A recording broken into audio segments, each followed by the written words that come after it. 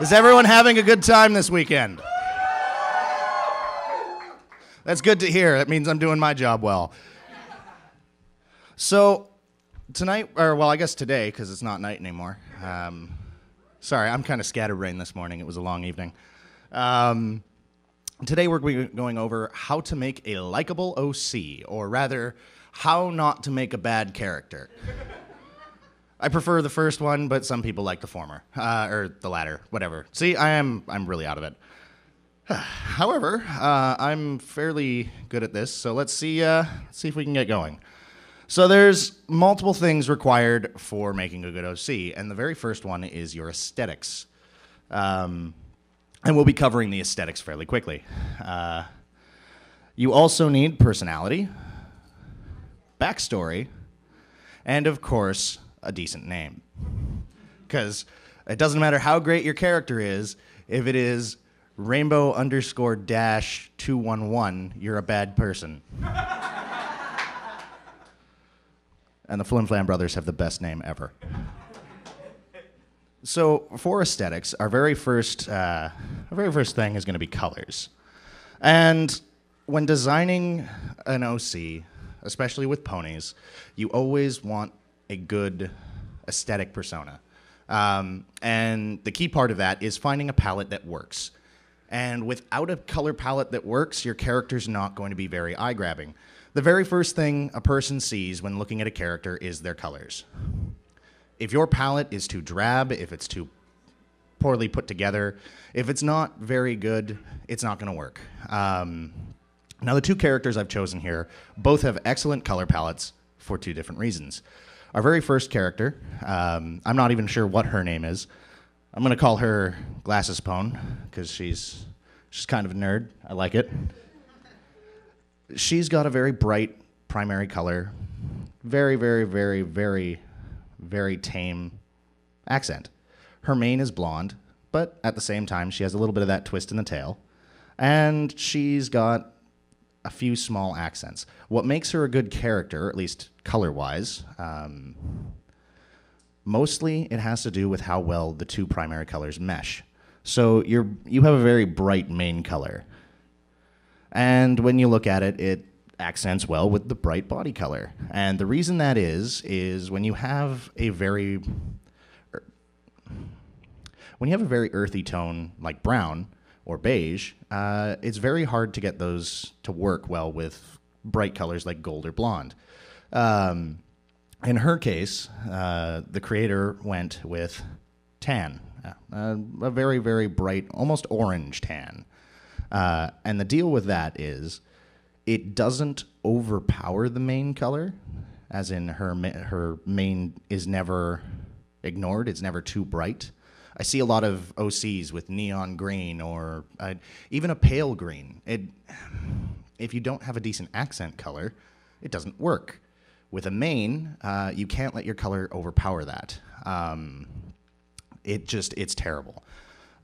With our second pone, I believe his name is Golden Gavel, if the card game is to be remembered. He is very, very muted in comparison, but that doesn't make him a bad character or a poor color palette. It actually makes him more distinct, because in the world of ponies, you have two types of pony. You have the bright, standouty pony, like, say, I don't know, Pinkie Pie. But then you have more earthen color characters that kind of sit in the background. None of our main characters fall into that, unfortunately. But characters like Golden Gavel, the Sofas and Quill guy from, I can't remember what episode it is, but everyone remembers Sofas and Quill guy. Octavia. Yeah, Maud's a good... actually, Maud is a really good one to point out muted colors, because she's pink and gray, but she's such a muted tone of pink that the gray works really well with it. That isn't to say that her character's amazing. I mean, she's fairly bland as a character goes, but I think that was the point. Next example is probably my favorite, and this is Cloud Chaser. If you play the card game, you hate Cloud Chaser with a passion, or you love her. If you don't play the card game, you look at her and you immediately go, wow, she has a snazzy haircut. Yeah, you really like her mane. The issue I see with a lot of OCs is when you do two-tone mains that are supposed to be like frosted tips or like tie-dye or something, you always see people choosing very poor color combinations in the main. Here we have her primary color is actually a teal with white highlights. Now, the teal blends beautifully with the pale purple that she normally is. And her eye color is muted enough that it doesn't pop out and try to overpower the eyes. And that's something I see happening a lot as well, as people will choose really bright eye colors because they're catching. But then they'll also choose a really bright main color because it'll catch your attention. And then a muted palette for the body. And what you wind up getting is a jumbled mess of bright colors on the face and then just a bland pile of pony. With Cloud Chaser in specifically, her mane is done in such a wonderful style. It just, looking at her aesthetically, you immediately go, oh, she's kind of a punky, snazzy, maybe even a cheerleader type.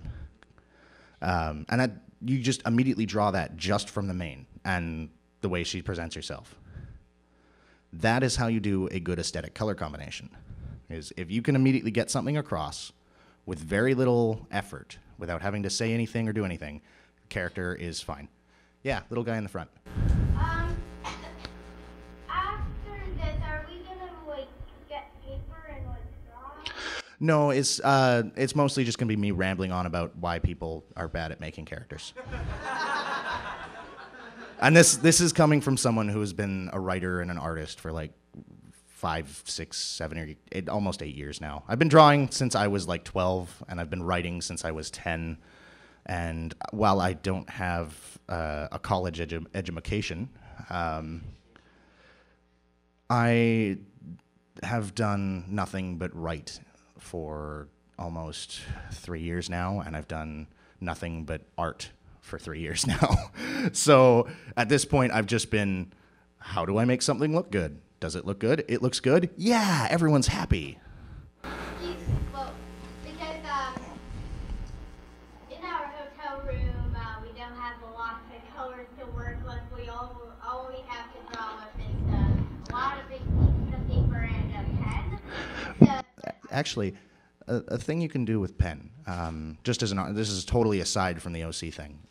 When you are doing pen, never do a solid sketch line with pen, because when you do a solid sketch line with pen, it looks very bland and flat. Most pen work, when you're just using like a ballpoint pen, you actually want to go for a much more sketchy style, because you'll generally be working with black or blue, and those colors pop really well against the white with fine lines.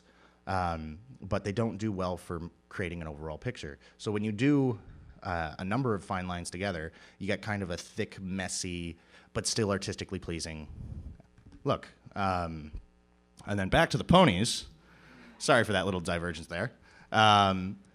Probably a fan favorite is Aloe and Lotus.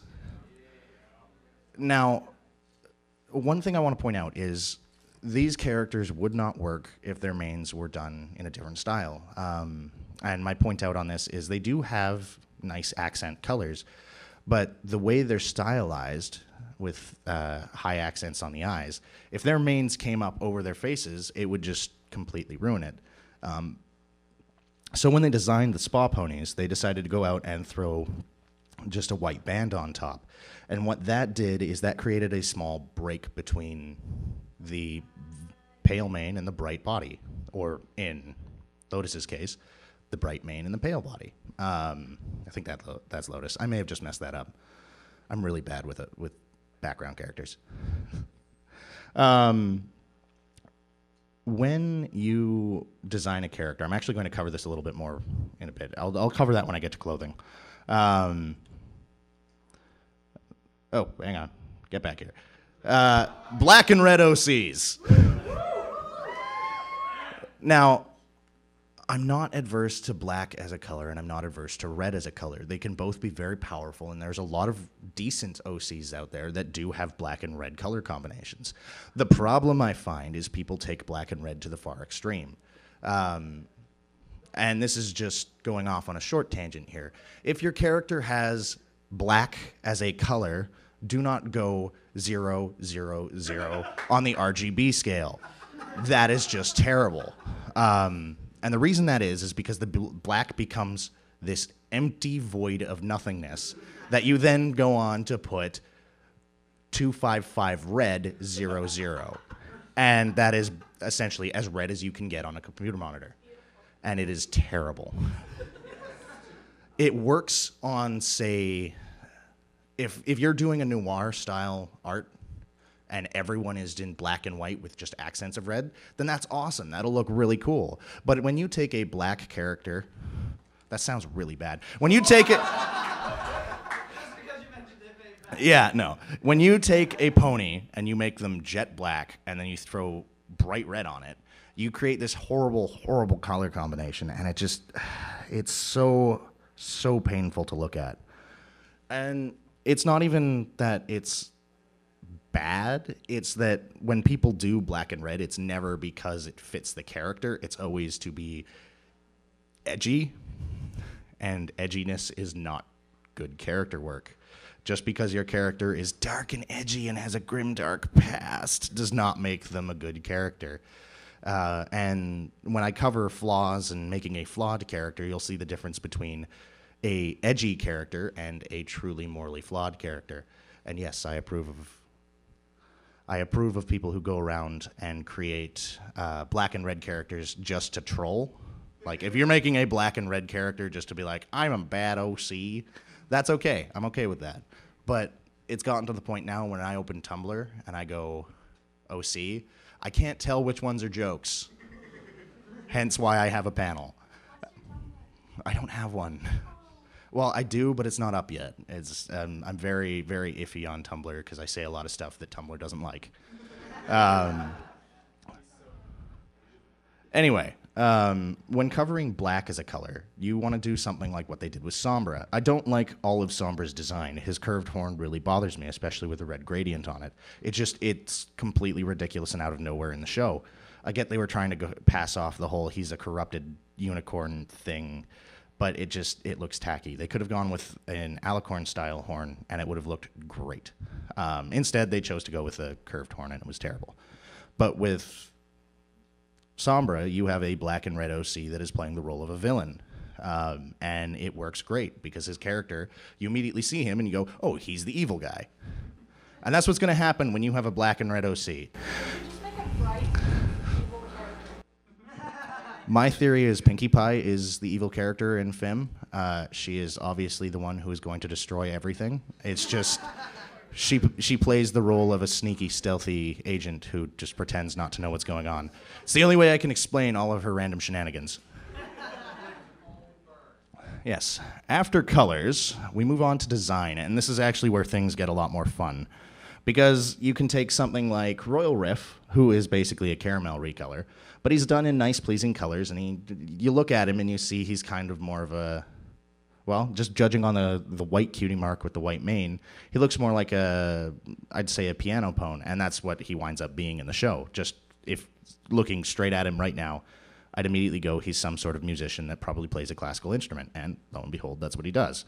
But sometimes that's not so easy to get across. Okay, let's say you're a gardener, and you have like a sunrise for your cutie mark, because you're good at growing things during the sunny seasons or something ridiculous like that. That's not going to come across if you just have a mane and a body type, and it's going to be really hard to get across.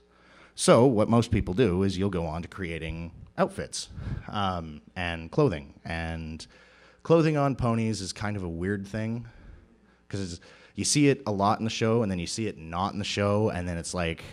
back and forth, back and forth.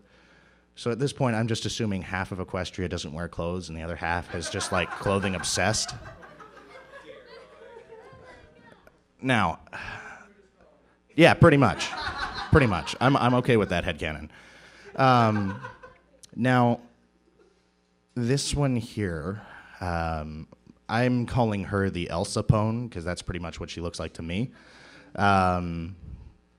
She obviously wants to let it go. I chose her for my design portion because she has Rainbow Dash's body color, but she doesn't have Rainbow Dash's bright mane colors. And the thing that you'll notice about Rainbow Dash is she only works because those bright mane colors have a way of accenting that really bright coat. I've seen a lot of people try and do a similar pony to Rainbow Dash, where they'll just take Rainbow Dash's main color and then, or not her main color, her coat color, and they'll throw it on her on an OC, and then just give them like brown hair or something, and just be like, yeah, no, it's Ronbo dude. It's all good. It's all good. She's the second best flyer in Equestria or something. And the color of Rainbow Dash's coat is terrible on almost any other pony. However, the artist here, or at least the designer when they were doing this in the show, decided they were going to try it, and it worked for two reasons. First, that mane works well as an accent, but it's too tame to help the body color. Like, if she wasn't wearing the dress, which I'm going to get to in a moment, she would be just kind of an eyesore because there'd be way too much blue to deal with. And without the rainbow mane, you have nothing to take away from that. You have nothing to contrast it. However, they went out and made a navy blue and white dress for her, and that covers the mane perfectly. That covers the coat. It ties everything together because it gives a break between the bright blue and the mane color. It's kind of hard to pull off when you take a body color like this, but it can be done. And when you're doing such a thing, you want to make sure you take really, really good look at it and look objectively when you make your character. And this goes for any character, but when you make a character and you finished drawing them, or you finish whatever you're doing, because there's vector artists and there's all sorts of artists. But when you finish your character and you put them down and you look at them, you need to be able to take a step back, put away all the pride and happiness that you have that you just finished this awesome drawing, and you need to be able to go, does this look like an eyesore? This is the hardest part of being an artist, is being able to look at your work objectively. And if you can look at that character and go, I could see this in the show and it wouldn't overpower Twilight Sparkle or Rainbow Dash in the background. They've done a few background characters in the show, I should say, that have overpowered the main characters. If any of you remember the trading show episode, we had Wheelchair Pone. He completely stole the show. He was in like 3 scenes, and immediately all the attention went to him. He was a great character. I liked his design. I was just going to mention that the reason for that is because he was created by a child who wanted to be a pony as his. Yeah, the deal behind Wheelchair Pony was he was done as a Make-A-Wish Foundation offer, and I love the fact that his design was so good. That an artist could sit down and come up with a design like that and not only have their design realized but put into the show. It's really good. The only issue I have is when you put a character like that into a show, you have to keep in mind that they are going to steal the show if there's too much focus on them. But at the end of the day, we still got Wheelchair Pone, so that's okay. Additionally, another thing you can do when designing your character, and this is going to go back to that gardener I mentioned a while back, when you design a character, you want to make sure that you get across everything you can, as much as you can, visually. So let's go with Vidala Swoon first. That would be the haircut pone on the one side.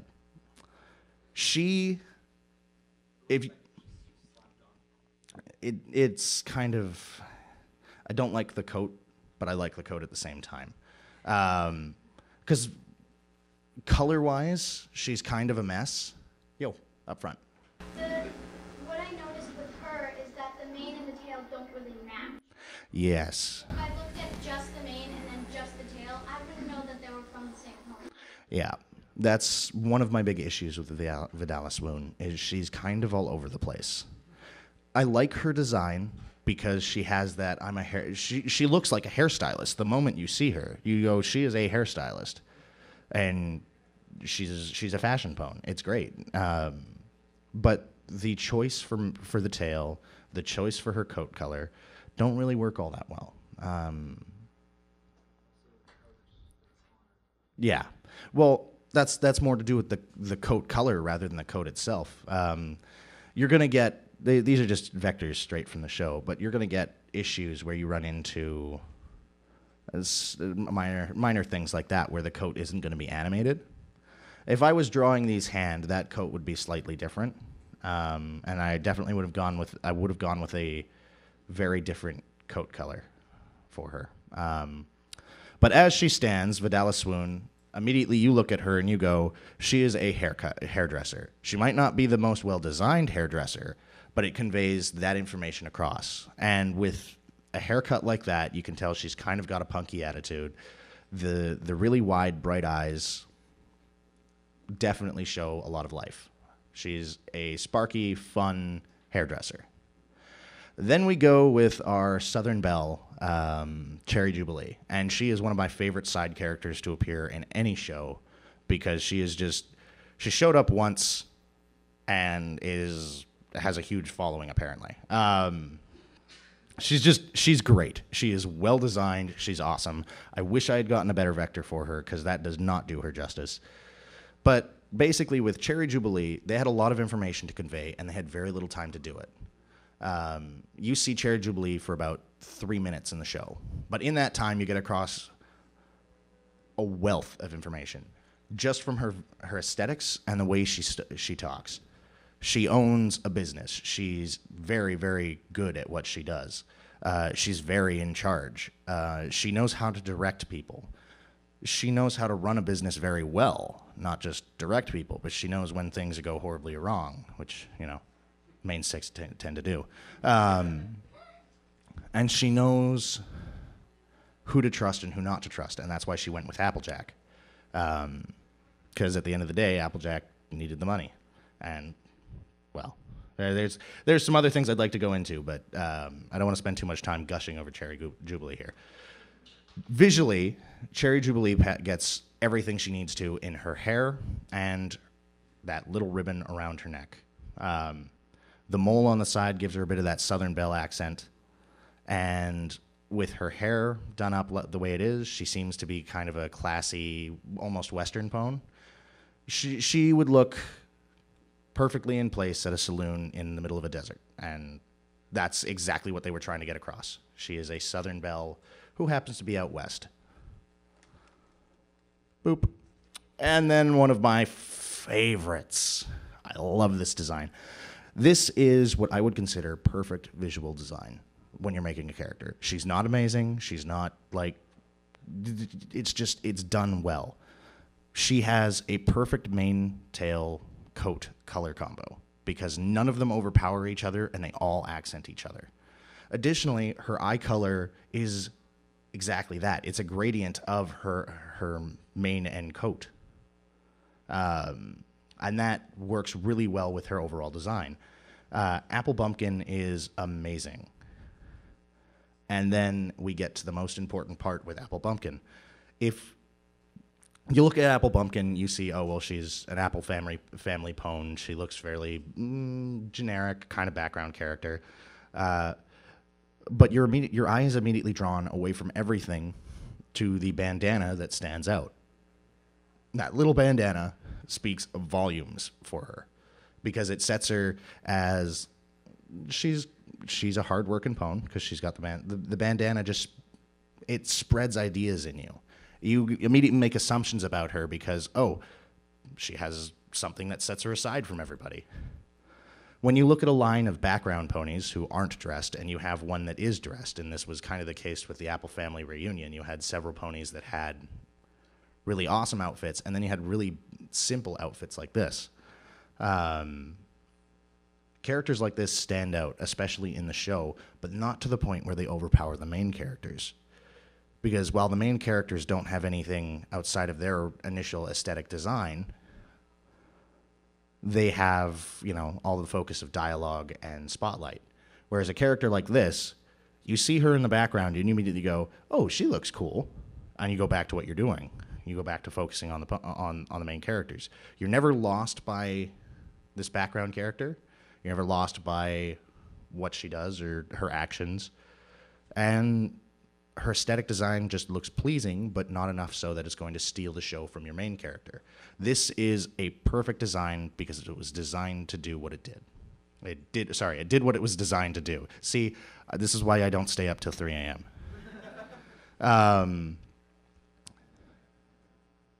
With Apple Bumpkin as well, she's just adorable, and I'm going to stop gushing over her. We're on to personality. I'm just going to tidy up design really quickly because that was kind of messy. With design, at the end of the day, you need to, if you're designing a pony OC, and that's what I'm sure most of you are here for. If you were designing a pony OC, you want your character to be able to fit in the show without actually being in the show. Like, if you make your character, you want to be able to go, I could see this appearing in the background of an episode, or I could see her being like a main character in the episode, depending on the character you're designing. If you're making a character for a setting like this, you have to make them be able to mesh. If it doesn't mesh with the setting, it doesn't work. This is why black and red, especially black and red alicorns, do not work. They do not mesh. The first thing you would see when you see a black and red alicorn walking in the background, you go, what? And it would steal the show, but in a terrible way, because you'd have to focus on it, and you'd be like, why? Who is it? Why are they there? How did they become an alicorn? Why are they just walking in the background? Why has there been no mention of this black alicorn with red zebra stripes for some reason? And that's another thing, just going for design. Do not put zebra stripes on a non-zebra pony. You have no idea how frustrating that is as an aesthetic designer. And if you are going to go out and be like, oh, well, it's a zebracorn or some sort of crossbreed, fine, it's a crossbreed. Don't use really bad colors. In our local Brony group, we have 2 OCs that had. I don't know if they're still in the group anymore, but they had 2 OCs. They were both zebra stripes. One was well-designed, one was not. The well-designed one had a dark blue coat with white stripes and a dark, almost navy blue mane with, again, white accents. Now, it's a jumbled mess of color, but it still looks pleasing. It's a bad choice for, character creation, but at the same time, if I see it, I'm not going to be, oh, well, that looks bad. No, it looks fine. It looks fine. I don't like it, but it looks fine. The other one was bright purple with neon pink highlights. And the mane is 2 separate colors that have nothing to do with the body.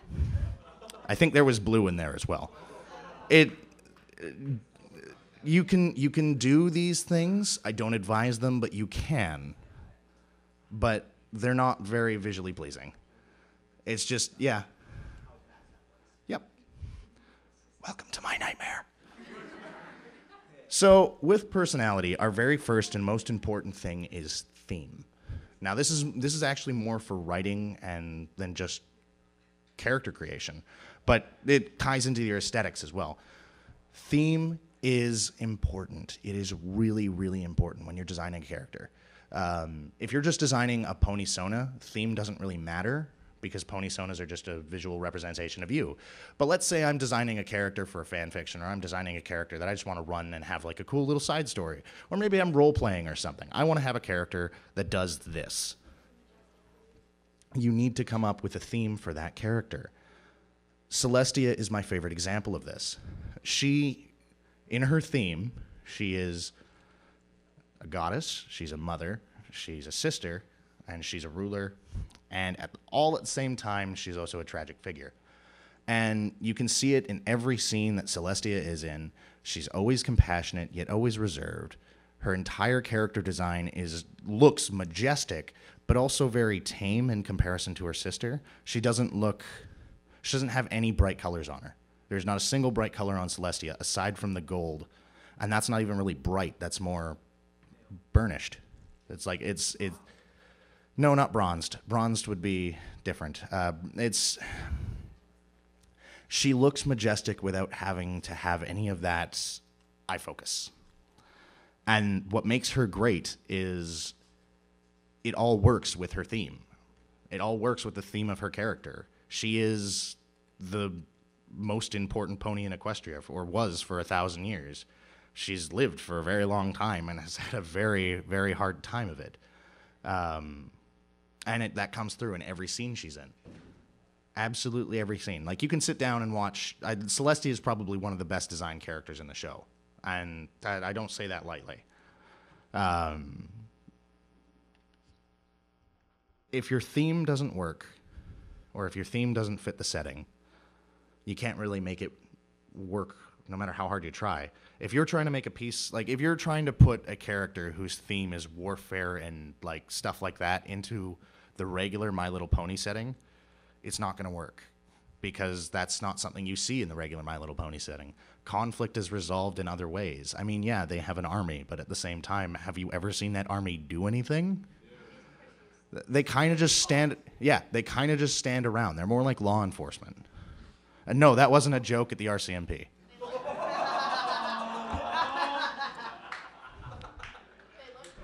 Yes, they do look cool.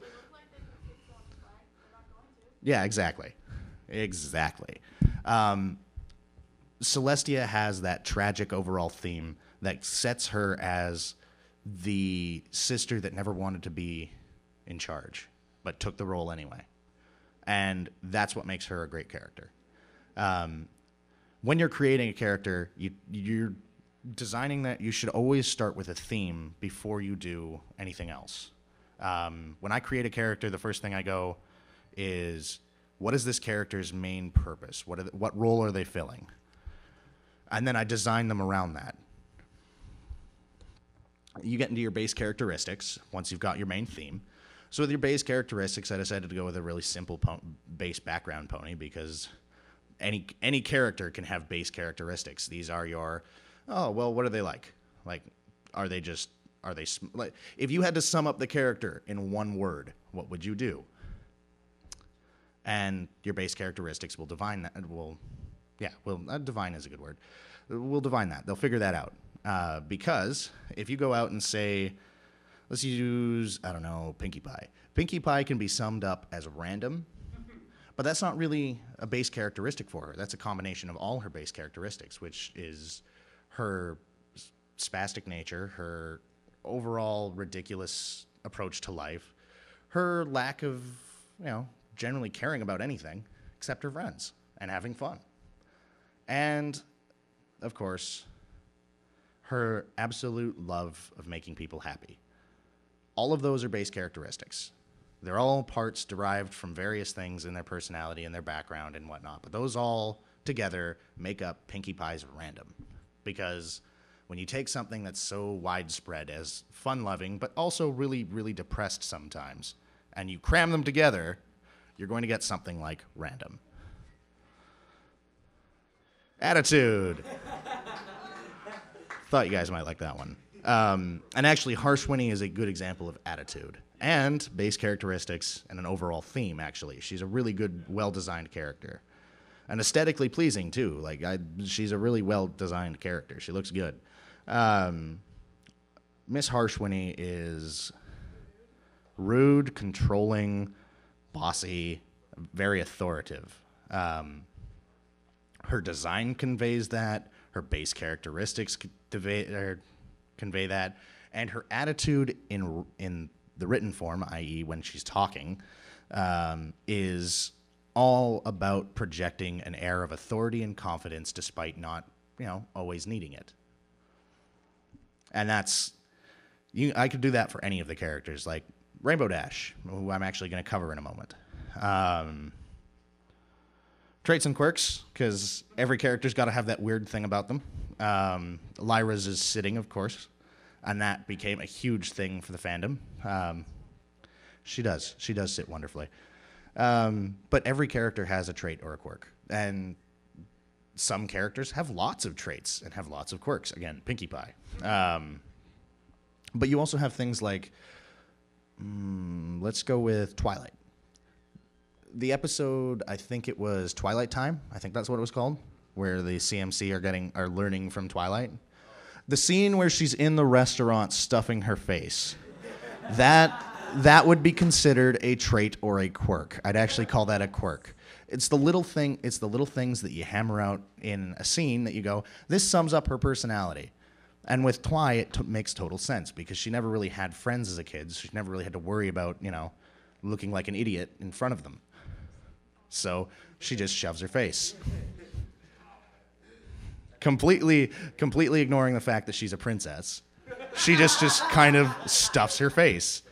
It'd be like watching Barack Obama try and eat a waffle and just like, and just, yeah, I wouldn't doubt it. But to be fair, Celestia's been alone for like 1,000 years, so.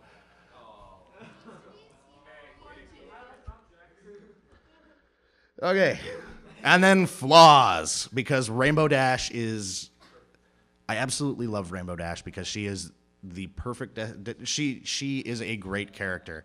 And I know a lot of people don't like Rainbow Dash because she's so mean and so vapid and kind of at times really annoying. She is full of herself. But going from the start of the show to where we are now, Rainbow Dash went from an arrogant, controlling, kind of bossy know-it-all who didn't really know anything. She's like, yeah, no, I know what to do. Completely blows everything up, but I know what to do. She was full of herself. She thought she was everything. And she kept that attitude for all of season 1. Even after her few growing episodes, they just made her have a bigger and bigger ego. And that ego just grew and grew and grew.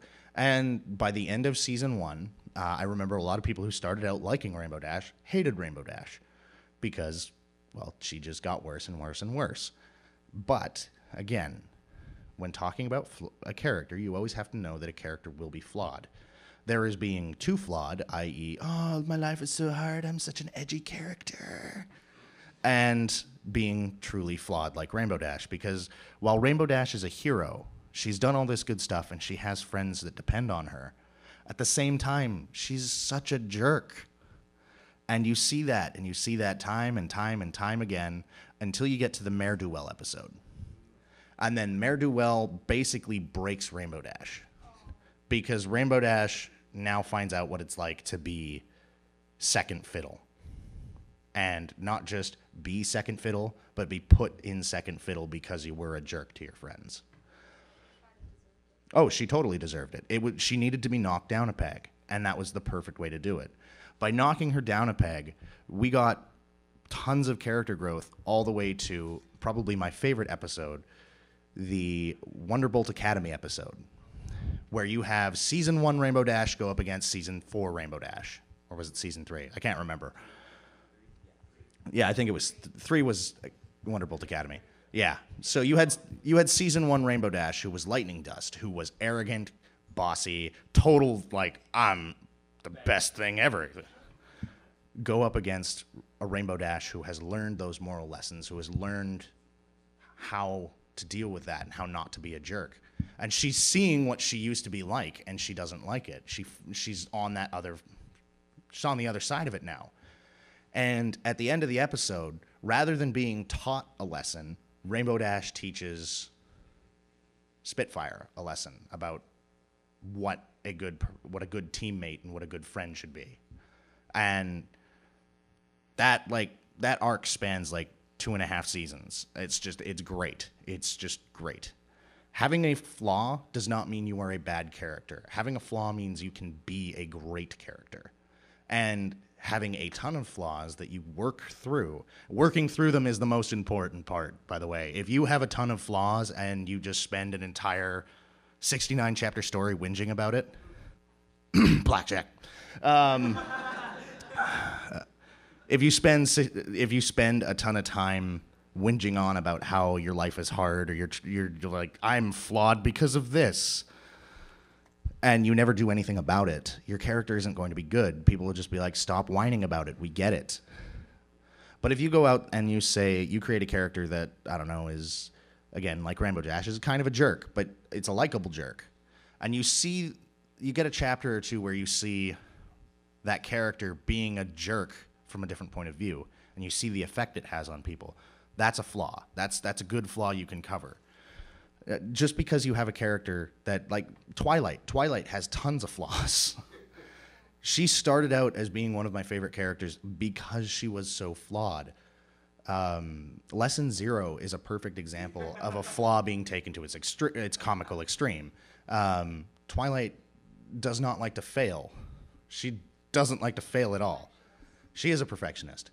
And you see it time and time again in the show when she doesn't know what she's doing and she can't, do it properly and get it done, she breaks down, goes crazy, teleports inside little balls. It's weird.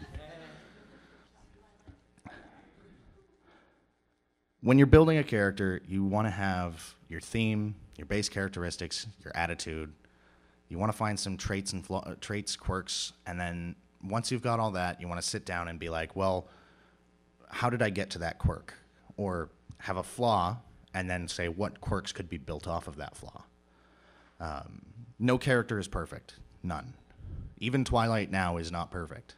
Because even in the final episode of this last season, when she goes all Dragon Ball Z on everybody, she wound up getting there because she didn't know what she was doing. She was having one of those moral issues where she's like, I'm stuck in a position where I'm getting no attention. Nobody likes what I'm doing. All I do is smile and wave.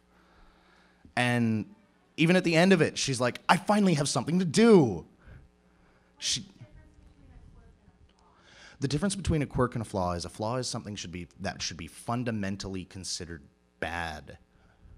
Whereas a quirk is just something that's weird, irritating. Yeah, a flaw, a quirk makes someone more likable. A flaw makes someone more human. Like Scoot who can't fly. Scoots can't fly. That's a flaw. The wings are too small to support a body. Exactly. The little hummingbird flap that she does, that's a that's a quirk.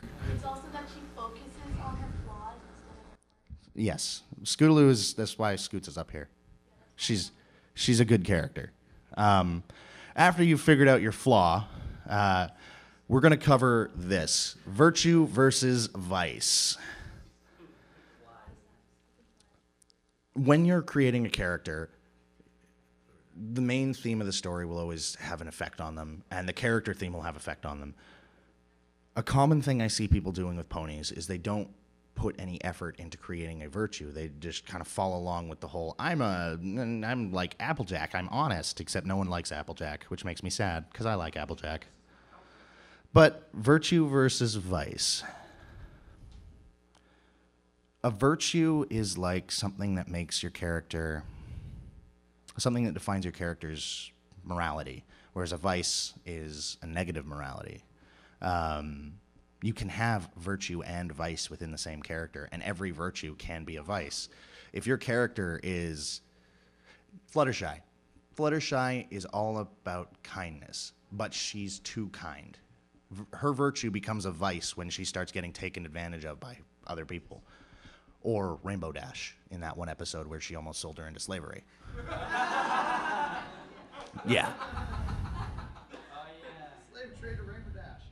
Woo. Yeah. Like I said, Rainbow Dash can be a jerk sometimes. She's a great character, but can be a big jerk. When you're designing a virtue for a character, you want to think about what that virtue is and how it might affect them and what happens when you take it to an extreme. Pinkie Pie's virtue is happiness. Her element of harmony is laughter, but overall she's happiness and harmony. If you take her virtue and you try and turn it into a vice, what happens when Pinkie Pie doesn't have any friends? She becomes a manic depressive psychotic.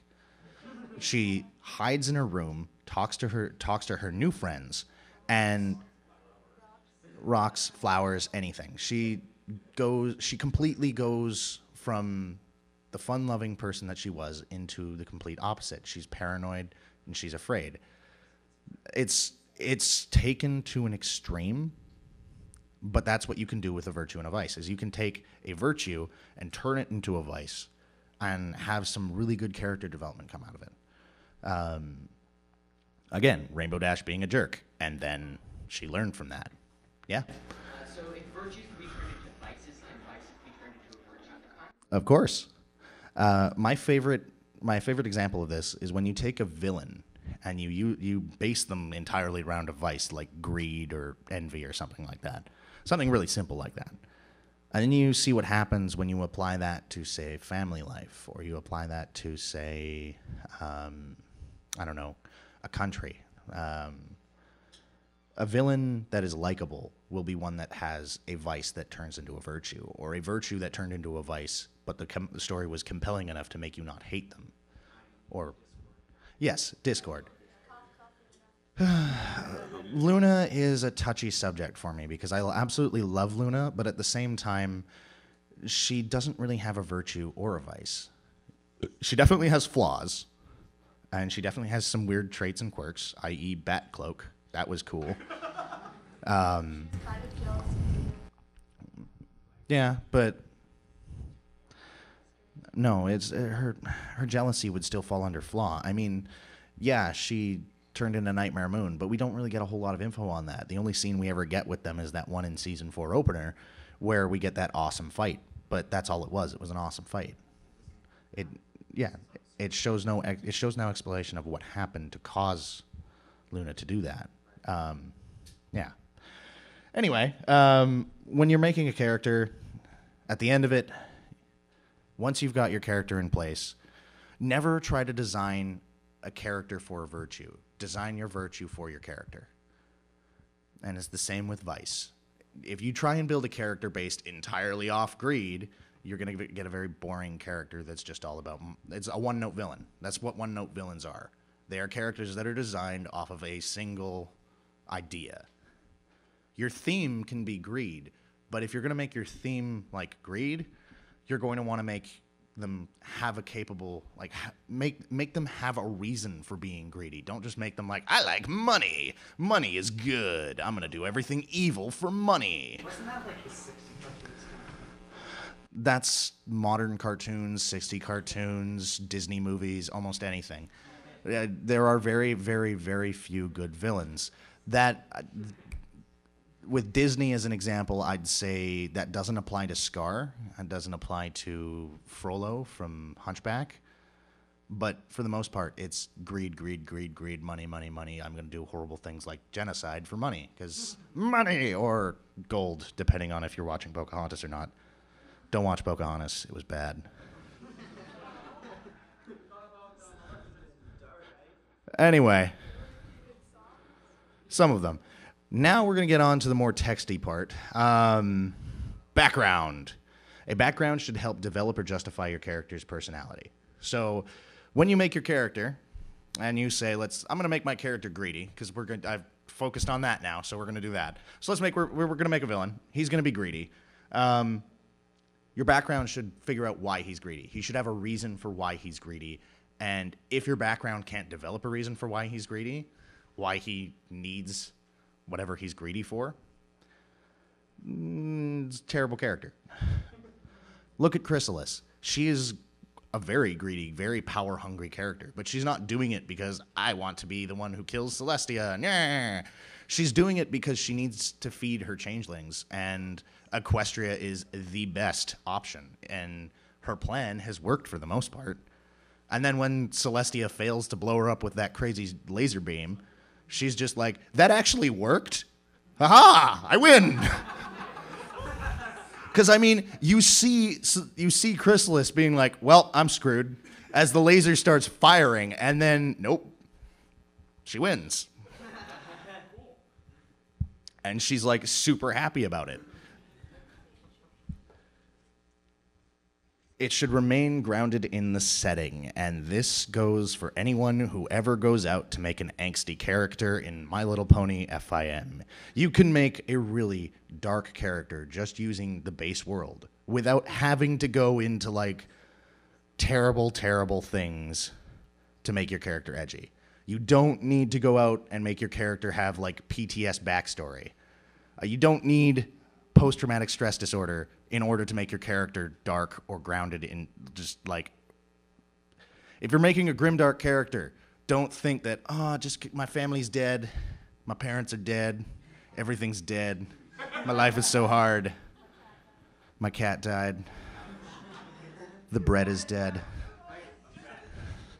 But when you're making additionally, if you're going to make a character in FIM, don't go out of your way to make your character the hidden, mysterious seventh element of harmony. Because that's just, no, you're breaking the setting in order to make a character. Yeah. I'm trying. If you're gonna make a character, make sure they're grounded in the setting.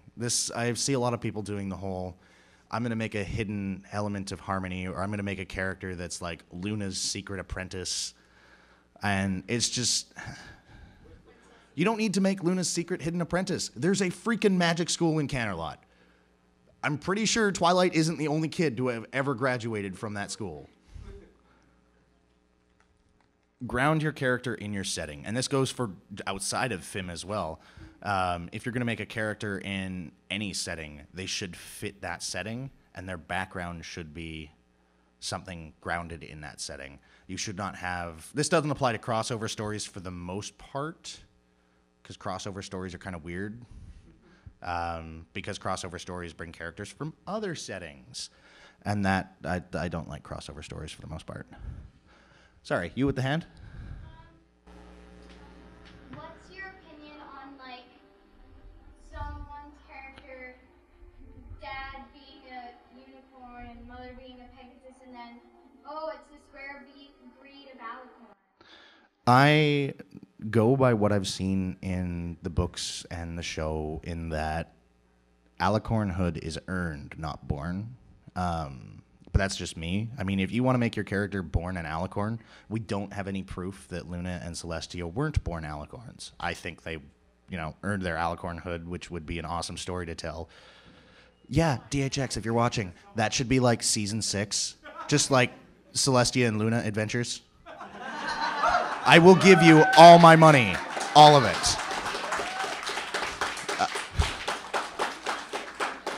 However,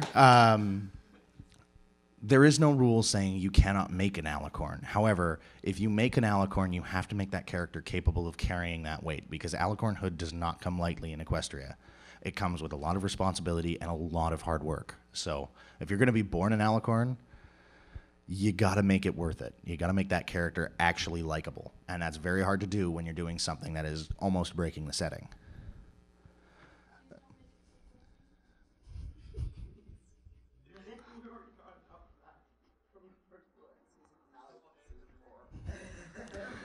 Okay, your background should always complement rather than, what? I'm trying to move on. I never actually intended to take questions.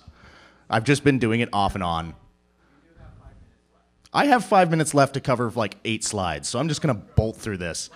Okay, so your background should complement rather than overwhelm, and that means you should not make a jumbled mess of a background. If you go out there and make a jumbled mess of a background, you're not gonna have a good time, because, well, it's going to be very hard for a reader to sit down and go, well, I like this character because they were in 8 wars. They have like 22 family members that all have super special, unique backgrounds. No, make your background something simple that can work. Just because you can doesn't mean you should.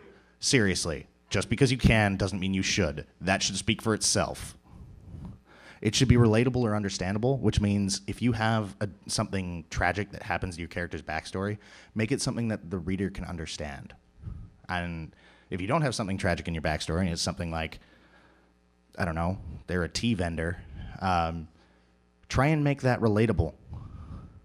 And keep it simple does not mean shallow. Just because I said you shouldn't have an overwhelming backstory doesn't mean that a simple backstory can't be deep. Naming. This one's really quick. I like this. Rhyming isn't required or desired. It's not. Please don't make a rhyming pony OC. Like, if you do, and they speak in all rhymes, then that's pretty sweet. I applaud your skill as a writer, but no, rhyming is bad. Keep your theme in mind. Oh my God, Celestia is great because she has a theme that fits with her overall role. Luna is great because she has a theme that fits with her name. It's just, keep your theme in mind. Pinkie Pie. Pinkie Pie sounds like a happy, fun thing. Her theme is happiness. Yes, really quick. What do you think of OCs that basically make their names based on their keyword? That's good. That's what you should be doing. Actually, that comes up with this next one. Pony names are intrinsic and linked to your destiny, which means your cutie mark doesn't have to match your, special talent. Like they're kind of vague about that, and your name doesn't have to match your cutie mark, but they kind of should be linked because that's what it's in. That's what we've seen in the show. Does it roll off the tongue? I'm sorry, Rothberg, Great Horn of the something dynasty. You're not a good character. Please stop trying. If you're gonna make a really complex name, make it fit with your theme. And if you have to make a really complex name, or you feel like I need to go over the top here, make it sound good. Really, make it sound good. Pinkie Pie, that sounds fun. It rolls off the tongue. Rainbow Dash, yeah, sounds awesome. The only main character name I don't like is Twilight Sparkle, because it's a two name thing with 4 syllables, and it doesn't really roll off the tongue. Twilight rolls off the tongue. Sparkle rolls off the tongue. But Twilight Sparkle together is just a mouthful.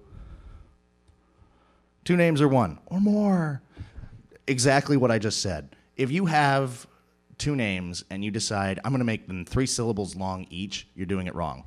Now, if you have 2 names, each one of them has 1 syllable, Applejack, you can even mesh those into 1 name, and it'll still be good. But, again, try not to make your character have like 30 names. And does it sound out of place in the world? If your name is, what was the one I used? I was talking to my roommate when I was making this, and I'm like, Grimhoof Ironstar the Great does not fit in My Little Pony FIM. Try and make it fit in world. And lastly, horse puns. Horse puns are not required, but they are great. So just a quick recap, because I think I have like half a minute left. What makes a good OC is great aesthetics, a personality, a background, and a name. When you're making your character, try to keep all of those in mind, and really, really try your best not to make a black and red alicorn. They're alicorn. See, I'm really tired. And as a side note, if you like your character, that's all that matters. I might hate it. The internet might hate it. Everybody might hate it. But if you like it, and you truly like it, go with it. Because if you like it enough, and you're a good enough artist or writer, you can make it work. However, that doesn't mean that I am forced to like it. If you bring me an OC that is bad, and you've poured your heart and soul into it, and you ask someone, doesn't have to be me, if you ask someone for critique, you need to be able to take that critique, because there are going to be people who don't like your ideas. There's going to be people who think your ideas are stupid. There's going to be people who really don't like your ideas. And there's going to be people that will badmouth you and hurt you just because of this. And if you're creating a character and you're putting it on the internet, you're going to get judged. If you can live with that, do it, because it's fun. Also, it's entertaining, and you make my day when you make a bad OC that I can just tear apart. I'm a terrible person. And with that, I think that's everything. Yeah, that's everything, unless I just broke the laptop. Thank you. I'm here all weekend. Everybody have a wonderful con. I'm going to go back to work now.